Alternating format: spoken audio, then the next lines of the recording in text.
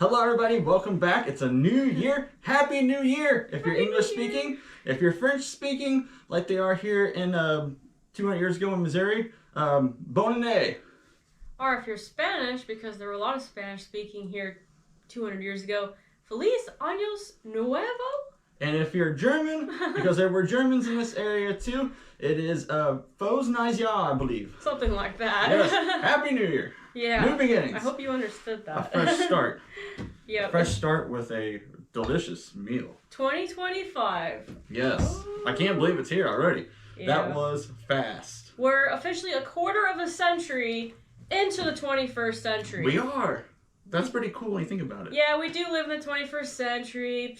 Lame, I know. But anyway, we're going back in time today to the early 1800s to review this food for you. That's right. And to see this food being made, please go over to our main channel. That's Early American. Over there, we cook it. And here we eat it. And here we eat it. That's what we about do. What's this one from? Do you remember? This is, everything on this plate is from the Virginia Housewife, published in Virginia in 1824. It wasn't published in Florida or something? No. Yeah, the Virginia Housewife is actually my favorite historic cookbook because it has, in my opinion, the best historic recipes in it because it's very relatable food. The most palatable. It's the most palatable American relatable food that you can completely recognize 200 years ago. I mean, this really, like, 200 years ago, published in 1824. This looks like I went down to the country buffet. I mean, this looks doesn't look historic. It looks like something you'd eat today. This looks like American food. Yeah. Well, Let's shall eat we pray first? Okay, me or you? I'll rock, paper, scissors you for it. Okay, on shoot. Rock, paper, scissors, shoot. You win. That means you gotta do it? No, it means you gotta do it. What? Okay, fine. Okay, I'll do it. Together we'll do it. I'll start. Okay. Dear Lord, thank you for this day. Thank you for this year. In this year, Ron and I got married. Next year, we're going to move into our house and welcome a new member of our family. Thank you for all of our friends and the people watching us today. Please keep them safe during this new year. Let them have the best year yet. You said it very well. Amen. Okay. Amen. Wow, you really helped me there. You didn't leave me with nothing else to say. You really helped me there. You didn't leave me with anything. You took it all. All right. Let's dig in. Let's try this 200-year-old dish plate, and then we'll review it. I do love me some beef.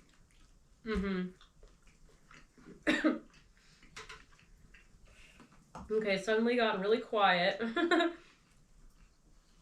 Very good. It's got mushroom ketchup in it. I taste it and I love it. We haven't used that in a while, and I know I've turned my back on it, but now I'm facing it again. Where'd it go? There it is, right there. See? You want it? Yeah, sure. I did up, but I had a little accident. Yeah, we'll talk about that. Ron's pants are absolutely hilarious right now.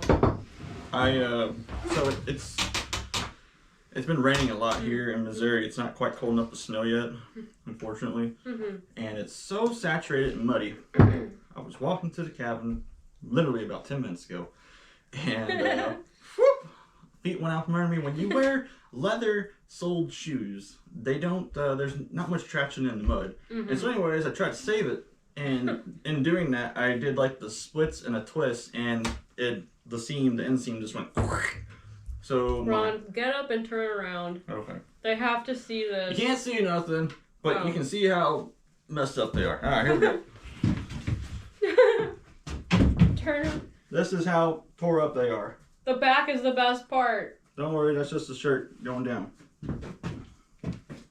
What in the world? I don't know. I don't know. I got mud on my boots. Oh yeah, your knees are all covered in mud. His pants are all messed up. But that didn't stop him from coming here to eat this food. No, it didn't. Nothing will stop him. I'm embarrassed. Aw. I usually never go down. It was gravity. But I thought, okay, whatever. I'll go with it and just, try to be graceful, and it did not work.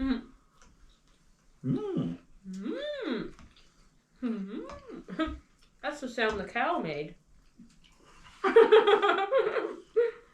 It's very good. Thank you. Okay. Virginia Housewife. Did everybody have a good Christmas? I had a great great Christmas. Yeah, we did. We had a good one. Good food. Mm-hmm. Good company. Mm-hmm. And the gifts weren't bad either. No. You actually got us a really cool gift. She got us one of those ancestry DNA Tests. things where you spit in a tube and you send it. And they should be giving us our results like in 2 weeks. Mm-hmm. And I'm really looking forward to that. And it sparked my interest in ancestry. It's a hard word for me to say for some reason.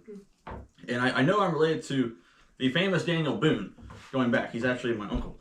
But I started digging, and I entered in some of my other family from my other side, from my mom's side, and just worked the way back. And it's really cool to see these people's names and find out about them. So I am going to, like Justine, I have some members who are veterans of the American Revolutionary War, so it makes me eligible to join the SAR, like Justine's going to join the DAR, sorry. Whenever I get off my butt and submit the paperwork. Yeah. So there's a handful of them. There was a captain in there, there was a colonel. We'll talk about it more once we get the results. Yeah, I'll try to get it like printed out or something and show the whole web because it gets confusing. I'm excited to see what our heritage is. And now, I was like, do I really want to do one of those tests? Because what if one day I wake up and I decide I'm going to be a serial killer? Then I'll surely get caught and arrested because the government has my DNA on profile. They already got your social security number But here's the thing, I looked into this. It doesn't matter if you don't commit a crime. do it. If you have just one member in your extended family, it could be your great uncle's pet dog's niece. I don't know, I'm just saying. Anyone at all in your family, people you don't even know, if they've done it, then they have your DNA. That's how they got the golden, I think it was the Golden State Killer. The Golden State Killer. They didn't have his DNA. They had a relative of his did one of those ancestry tests, and so they were able to find out that this person is a 99% match. Oh, wow. And from there, they concentrate on the family. So after I realized that I'm in trouble no matter what, if I decide to become a serial killer one day, I just said, okay, whatever, because my grandma's already done it. My mom did it years ago, so I did it. No. I don't plan on becoming a serial killer, but if I disappear and she's still here, you know what happened. It is a little suspicious now, isn't it? But it's fascinating, and just going off of the family tree thing that I did, I suspect my results will have a lot of German, a lot of English, sprinkled with a little bit of French, and one Scandinavian guy. That's cool. And some Ireland. That's all I found. I would say it was probably 50-50 English and German.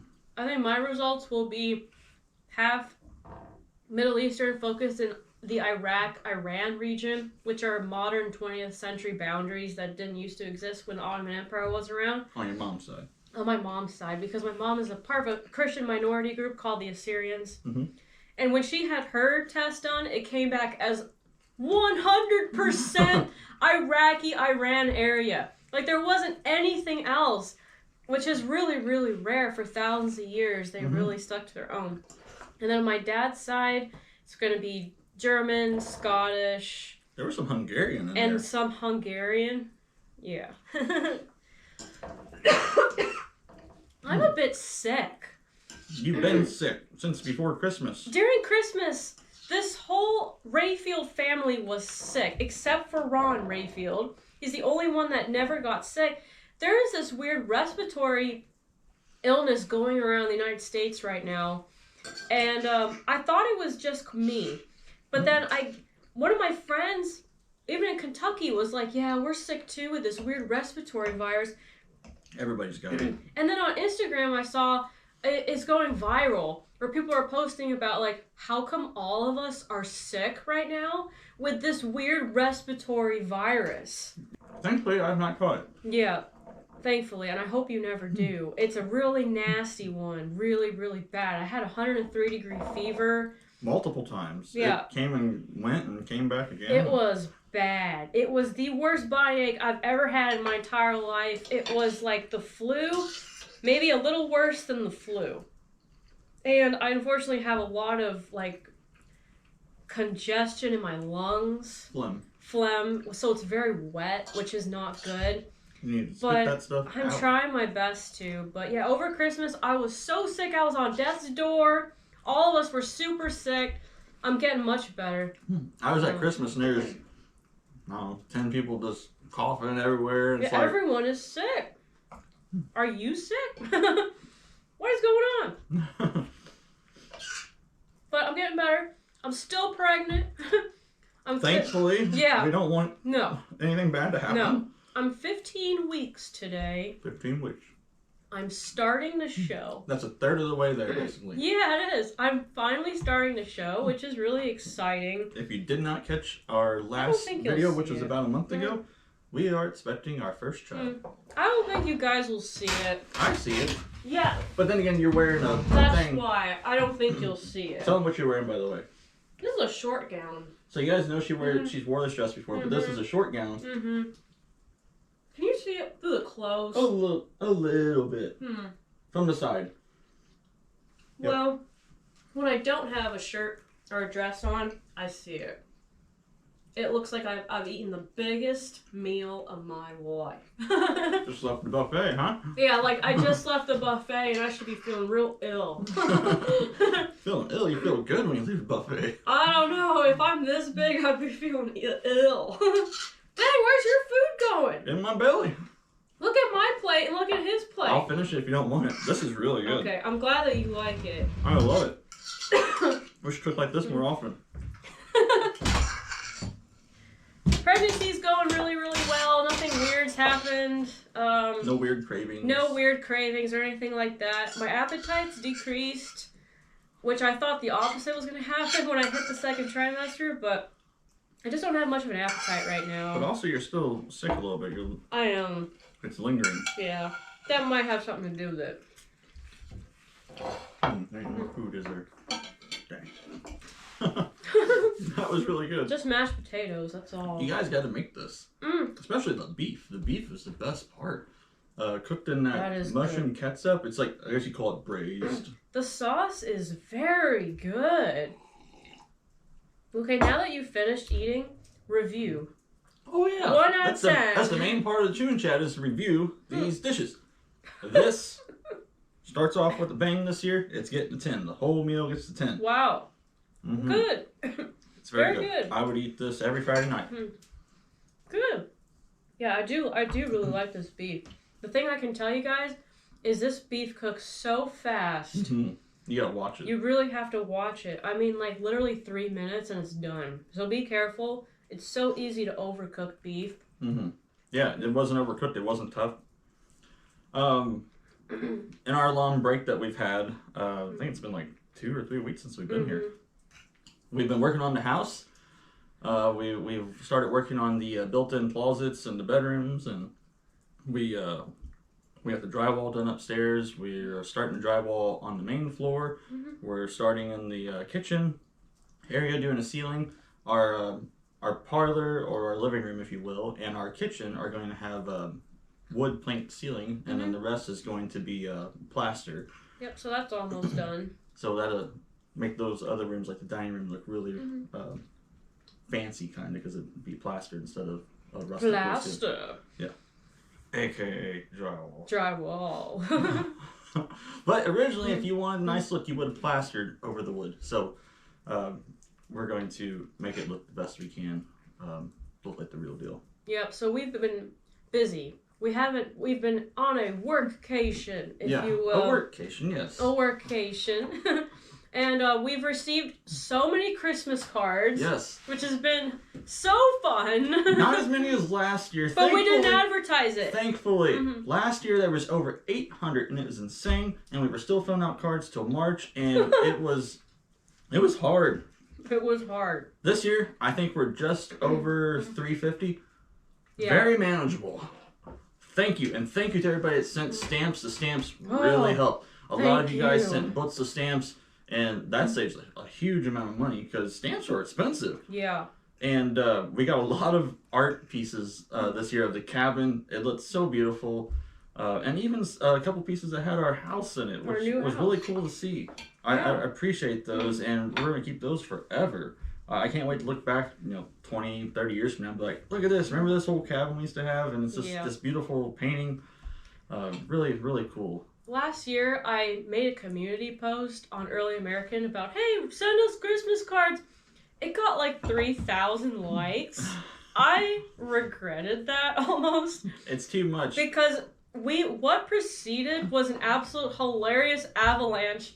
I think that the people at the post office hate us. Yeah, I think they hate us. We don't have the big PO box. We have not the smallest, but it's like I'll call it medium. But there's one that's like this big, and they're like, you need this one. And it's like, well, that's $200. No, thank you. Can't afford that. Yeah, so they're like, it's literally stuffed in there. Yeah. And there's a note that says, come to the desk to get more. Come to the desk. You're in trouble. Yeah. Yeah. So we had over 800 Christmas cards last year to reply to. This year it's been just under 400, I think, which is much more manageable. Yes. We actually have a life now this year. But yeah, thank you anyway for the Christmas cards. Yes, all the kind words, all the gifts, and it's been fun. The stationary items like the stamps. Those really help. It really helps. It really does. Mish is not in here today. He is out running around, but he is good. He says hello. He's fatter than ever because he's just eating like crazy because it's wintertime. He's eating like crazy. And he's still meowing. He just constantly... Lately he's been meow. Very bad. Meow. Yeah, he's... I don't know what his deal is. He needs a friend. I guess when we move into our house, we'll have to get another cat. We're going to have to get another cat. I really think that's part of the problem is he thinks that's how he can communicate with us. But if we get another cat, maybe the other cat will look at him like, what are you doing, bro? And so he'll just be quiet. Like that. That or the other cat take after him. Then it'd be crazy with two cats going meow, meow, meow, meow, meow. I already feel like I have a baby because of Mish. He's so needy. He's so needy. It's unbelievable. Oh, man. The only, negative symptom I've had is I have, really bad pain in my lower belly and my lower back. I Googled it. That's normal, apparently. It's stretching. Your muscles are stretching for the first time ever in ways that they've never done in your whole life. Things are growing and expanding. So lower back pain is very common for a pregnant woman. But it's a sharp pain. It's very hard to describe. It comes and goes.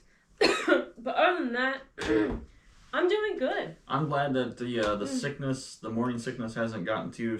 One of our friends, she's having a terrible time with her fourth. And all her other ones were easy, I believe she said. But this one, it's really kicking her butt. So I'm glad you haven't gotten unlucky with that. Mm-hmm. You did say that water makes you queasy in the morning, so you have to eat something before you even drink water. Having an empty stomach, I've learned, is a huge no-no.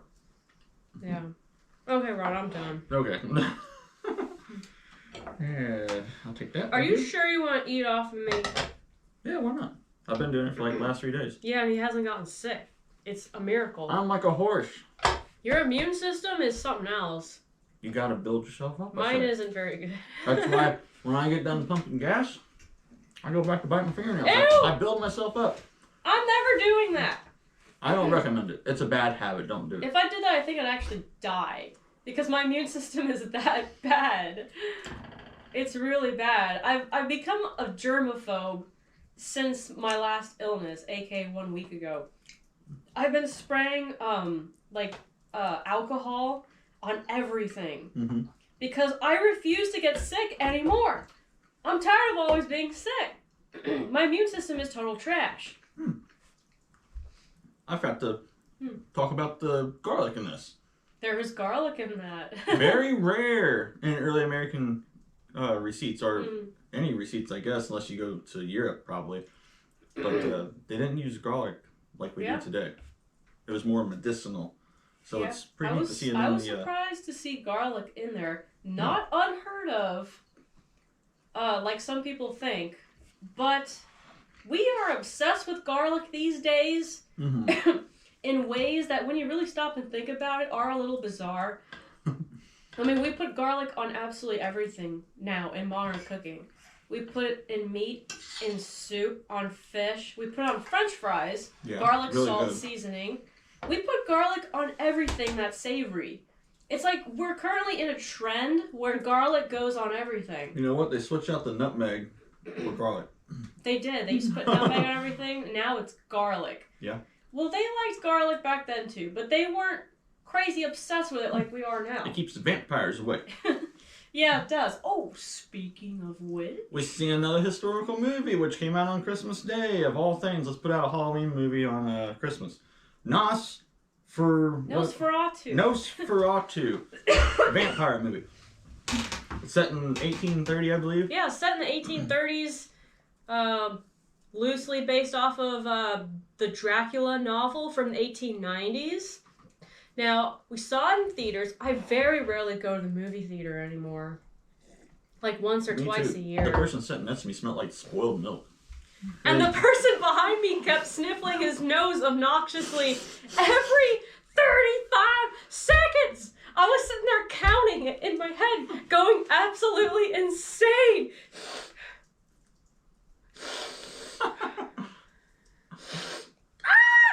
That's why we don't go to the movie theater much anymore. Because people are just expensive. It was $30 for the two of us together. Yeah, I know. Whatever happened to like the matinee before 5 o'clock? You know, $7 movies. Yeah, we didn't even buy any popcorn. We can't afford it. That was another $15 for one thing. It's insane. I have to sneak stuff in my bag because I cannot. Everybody does that. But yeah, Nosferatu, historical movie, very good. I like the clothing. I mean, I don't like 1830s clothing, but they did a good job on the clothing, I should say. They did a very good job on the clothes. Architecture was good. Yeah, the set was good. I will say I'm a bit of a snob because when you've read the book, you just never view the movie the same. You're like, I'm one of those people. If I hadn't read the book, I wouldn't be saying this right now probably, but I don't like that it didn't really stick to the book. The ending is not what happened in the original book at all. The ending wasn't the best. I agree. That could have been. It was almost funny, in my opinion. We're not going to give it away. I did like that they had the gentleman that plays the Green Goblin in the early 2000s Spider-Mans. I forget his name, but he's a big time actor. Mm-hmm. He's very distinguished looking. He's supposed to be Von Helsing, but in the movie they don't call him Von Helsing. Yeah, they changed his name. They changed everybody's name. I don't know why they did that. There are parts of the movie that I really love. Maybe there's rights to that name or something. I don't know. There's parts of the movie I really love, but I wish they had just stuck with the story, the original book. And I have to admit, I am a fan of that really cheesy Dracula movie. I think it's from the 90s. 1992 with Kanye Reeves in it. Yeah, and Winona Ryder. Yeah, that one's a good one. It's the movie's very cheesy, but it is very faithful to the book. And I really appreciate it for that. Whereas this is not faithful to the book, but it's filmed beautifully. Mm-hmm. It's filmed very, very well. Very well produced. Yes, it is. And the guy that plays Dracula, I later found out from watching behind-the-scenes footage, that is his voice. I mean, he had to kind of fake it a little bit, but it's not a computer AI. That is his actual voice. That's freaky. It's freaky, but man, they did a very good job on some things. Yeah. So if you like horror movies, if you like horror movies, go watch it. I don't like horror movies, but I can appreciate a history movie. A good movie. Or at least a movie set in history, I should say. So that was cool. That's what drug me to it. The vampire part drug her to it, but me, the fact that it's just something set back in time, I went to go see it. Yep, so check that out. What else we got over there? You know, I haven't reviewed it yet. Oh, the meal? I would give this meal an 8 out of 10. 8 out of 10, okay. The only thing I would criticize are the turnip greens. What would you do different about them? What's wrong with them? I love turnip greens, guys. I love my greens. Okay, but I put onion powder in mine. Mm-hmm. And I just feel like these are very bland. Oh, so... Yeah, they're very bland compared to modern greens. Just very bland. Onions I'm spoiled. Do give a nice flavor to things. That bacon's good. Yeah, also, I would have cooked the bacon in the skillet first, release the grease, and then I would have put the turnip. But it didn't say to do that at all. And I didn't want to venture a little too far off the original recipe because we try to be purists here. Unless there's nutmeg, then we switch it for cinnamon. cinnamon. Then we switch it for cinnamon because it tastes weird to me. Sometimes we don't. Yeah, sometimes we don't, and I always regret it. We'll let you know when we do. Mashed potatoes are great. Very interesting how they added onion to it. Yeah. The beef is very, very good.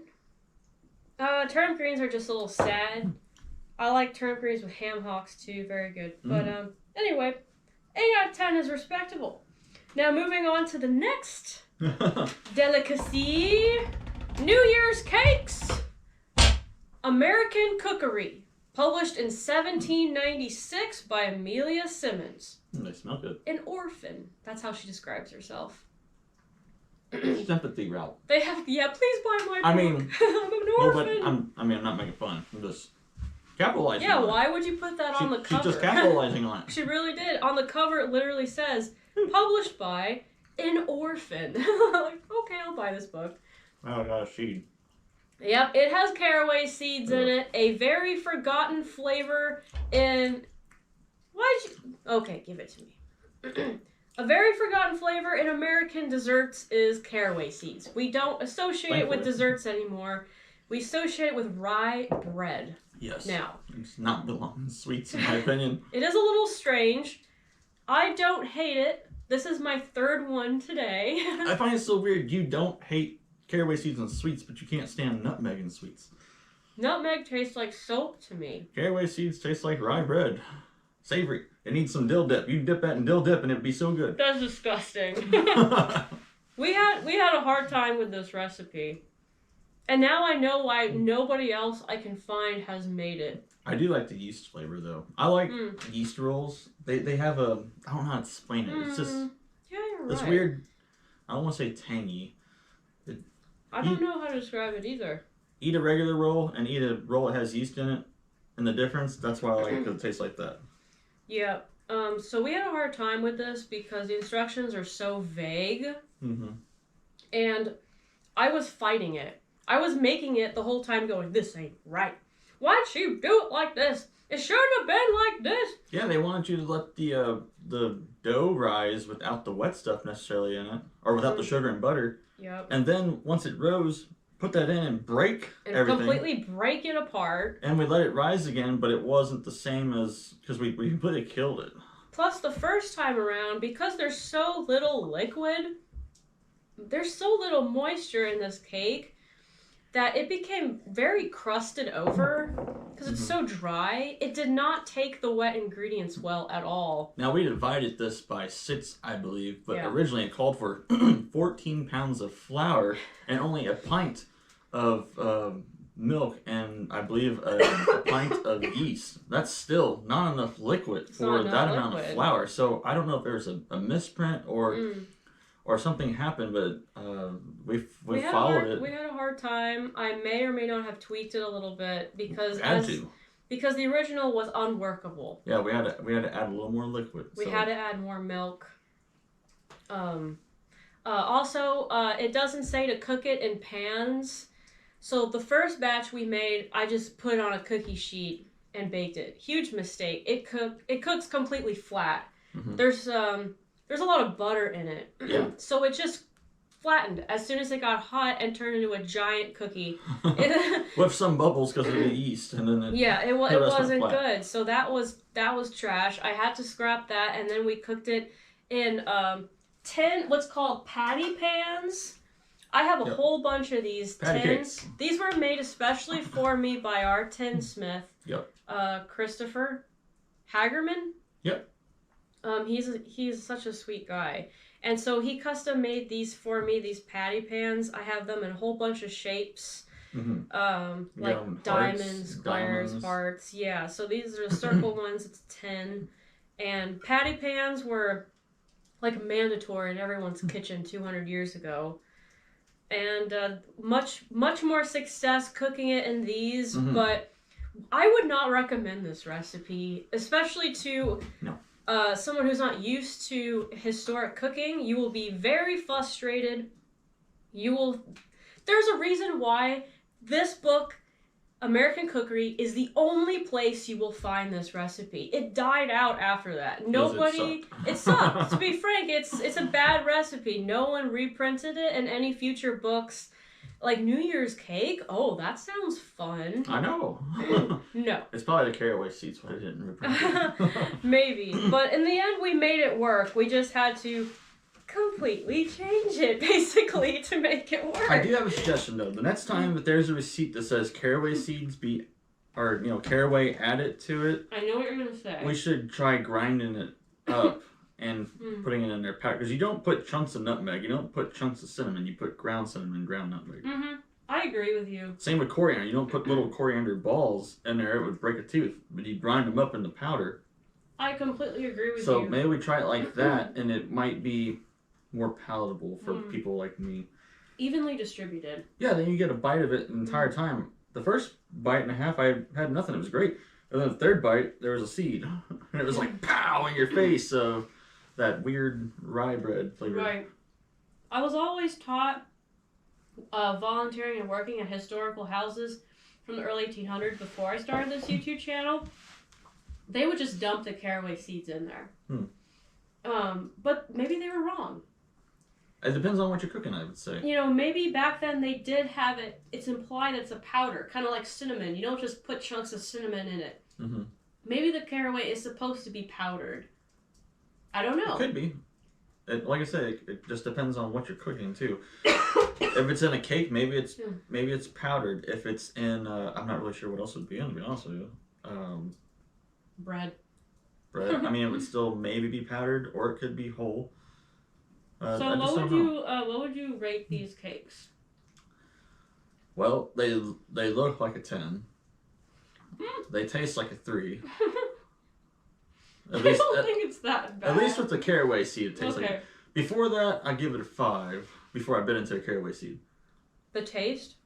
Yeah. Really? The cake part, I give it a 5. Oh. With the caraway seed, I give it a 3. Why just a 5 though? I don't know. Is it because there's no vanilla? Maybe. I'm used to vanilla, and there's no icing on it. I have a sweet tooth. But they're very pretty, and they feel great. I'll give them a 9 on the consistency. Okay. So overall, that all adds up. Let's give it a 6 overall. How about that? That's higher than I thought you would have said. It all averages out to be about 6. Right. Okay. Baking process, I would give a 0. -1. These were a nightmare to make. We had to make them over and over and over again to figure it out because it's just not a good recipe. Mm-hmm. And that's why this is the only place you'll ever find it in that book, and it died out. So 0 for the actual baking and the frustration involved in it. For the taste, I'd give these a 6. I think that the caraway should be ground up. And if you're a brave soul and you really are going to make these at home, first of all, you're crazy because you don't know what you're getting yourself into. You're going to have to make it like 5 times before it turns out okay. But get powdered coriander. Mm-hmm. No, caraway. I get them mixed up in my head. Which they also use coriander in desserts. It's so weird. Yeah, we had a dessert with it last month. Right. So get the powdered stuff. I think it'll be more palatable. I think so. You won't just get one bite that has like 3 seeds in it and go, boy, it tastes like rye bread and Reuben. You know, it's more evenly distributed.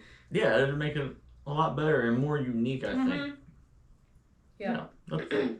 Let's do that next time. Well, we're gonna do that next time. Yes.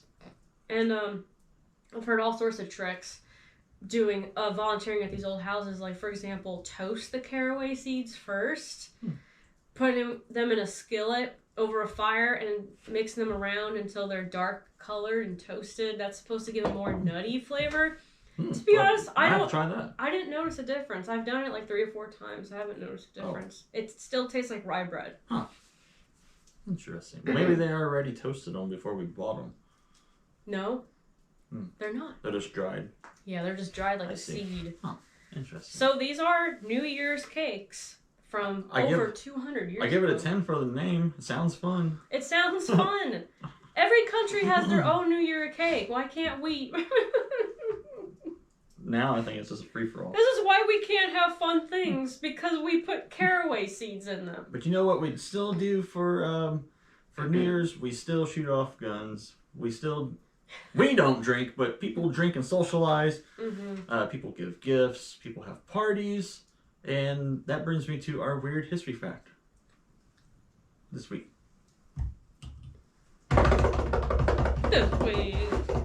I know you missed it.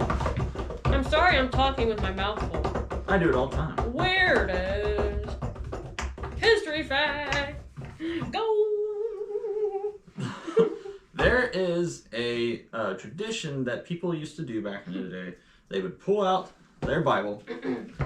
Now, we already ate and ate and ate. We've ate 3 times today. You're supposed to do it before you eat breakfast on New Year's Day. The tradition is they would pull out the Bible. They would open up a random page, pick a random verse, whatever it may be, and whatever your finger lies on, that would set the tone for your year. That's something that we don't do anymore. No, I've never heard of it. Me either. I thought, that's weird enough I can mention it. It's pretty cool. That's pretty weird. I'm going to take these away because I know you're not going to busted out the old Bible here. Who wants to go first? I'll go first. You want to go first? Okay. Yeah. Pick a random page. You can't look at it. Your name is on this Bible? Yes, it was a gift. Oh, that's so sweet. That Bible's, I don't know, 20 years old, but it looks brand new. I take care of it. Okay, so I'm going to do this practice, New Year's practice. Yeah. Okay. That is not done anymore. Pick a good one. I'm going to open up to a random page and hope it isn't something really... And they all perished. Oh, no. If I open up to the Old Testament, this could be real iffy, what I get on. If I open up to Revelations, this will be really iffy, too. Okay. What do you got? Oh, I already don't like this title. Unfaithfulness reproved? What does that mean? Reproved? What does reproved mean? Reproved. In the 24th day of the 9th month, in the 2nd year of Darius, came the word of the Lord by Haggai the prophet, saying, Thus saith the Lord of hosts, ask now the priests concerning the law, saying, If one bear holy flesh in the skirt of his garment, and with his skirt do touch bread or pottage or wine or oil or any meat, shall it be holy? And the priest answered and said, No. Then said Haggai, If one that is unclean by a dead body touch any of these, shall it be unclean? And the priest answered and said, It shall be... How does this relate to my year? I don't know. They just picked one. I'm sure there's a meaning to it, but I don't know what it is. Okay, so the title had me worried for a second, but it doesn't... What? No wonder people don't do this no more, because just opening it to a random page, you're going to get things that make no sense in relation to your year. Right. Okay, Ron, you go. Okay. Something about dead bodies are unclean, and food and wine is unclean.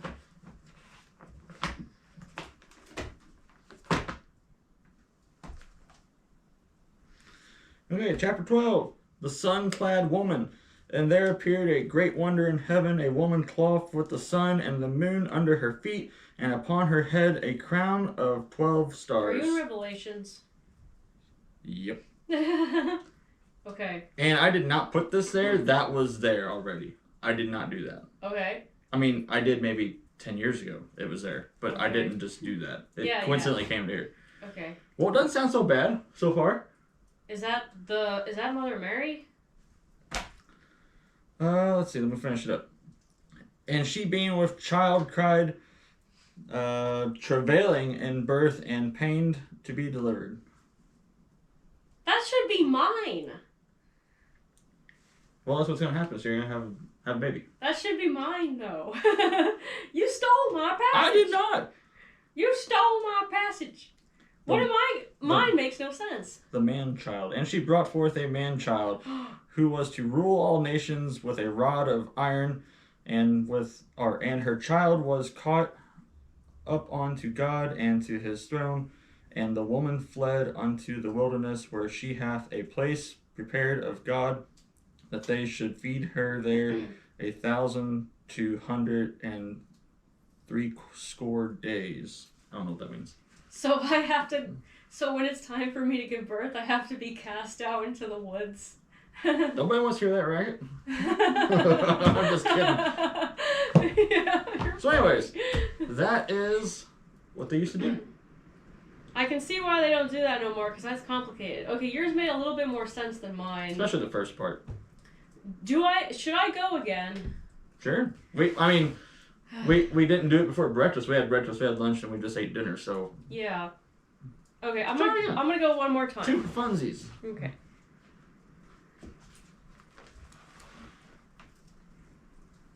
David plays the harp for Saul. But the Spirit of the Lord departed from Saul, and an evil spirit from the Lord troubled him. And Saul's servant said unto him, Behold, now an evil spirit from God troubleth thee. Let our Lord now command thy servants which are before thee to seek out a man who is a cunning player on a harp. And it shall come to pass, when the evil spirit from God is upon thee, that he shall play with his hand, and thou shalt be well. I don't know what that means. I gotta think about this. The other one I really can't think about, but this I can think about. This one is a little more simpler. I Yeah. Okay. Behold, an evil spirit from God troubleth thee. That means you. Let our Lord now command thy servants, which are before thee, to find a man who is a cunning player on the harp, and when he plays the harp with his hand, you shall be well. So what is the harp? What is it? So the harp drives away the evil spirit? It drives away the evil spirits. What is the harp? Hmm. What will the harp be in my life? Maybe it's a metaphor. Yeah. You don't know yet. It's not literally a harp because I don't know how to play the harp. I'm your harp. Get back from my wife. Thanks, I appreciate that. Okay, I gotta think about this. Yeah. Yours makes more sense. Yours is saying that we will have a son and he will end up being a really awesome person.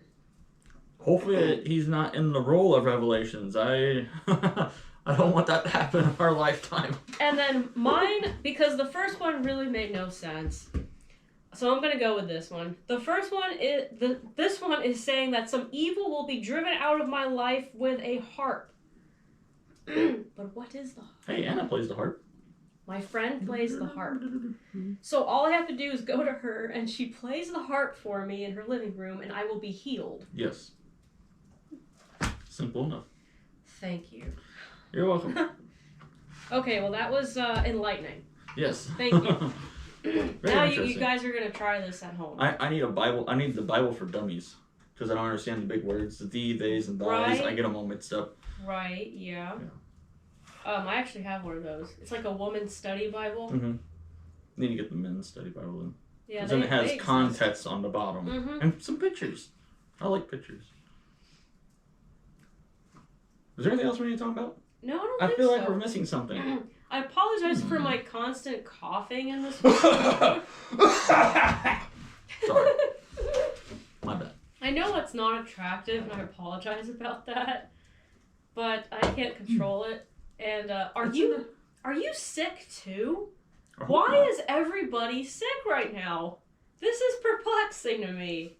The older I get, the more I am a conspiracy theorist, and I am an unapologetic conspiracy theorist. What is going around the United States right now? Why is everyone sick with the same symptoms? Ron's like, Well, anyway. Go ahead. I was just going to say... I thought you were signing off. I was like, don't we have something else to say? No, we don't. We do. What is it? Do we want to... Nah. Okay. Never mind. A future episode. Something about our house, yeah. But it's too early to talk about it. That's true. We made a change and it might change again. We'll see. Yeah, in our house. Cliffhanger! Dun dun dun. Alright guys, until next time, thank you, we love you, and have a great, happy, safe New Year, because I know it's the middle of the week, so some of you are probably going to go out and have a good time this weekend. Be safe. We love you guys. Don't drink and drive. Yeah, definitely. Don't do that. Or in our time, don't drink and ride. You'll fall off. Yeah, your horse. Okay, thank you guys so much for watching. We'll see you next week. We're back to our regular calendar here once a week on Wednesdays. So we'll see you next Wednesday. Take care. We love you.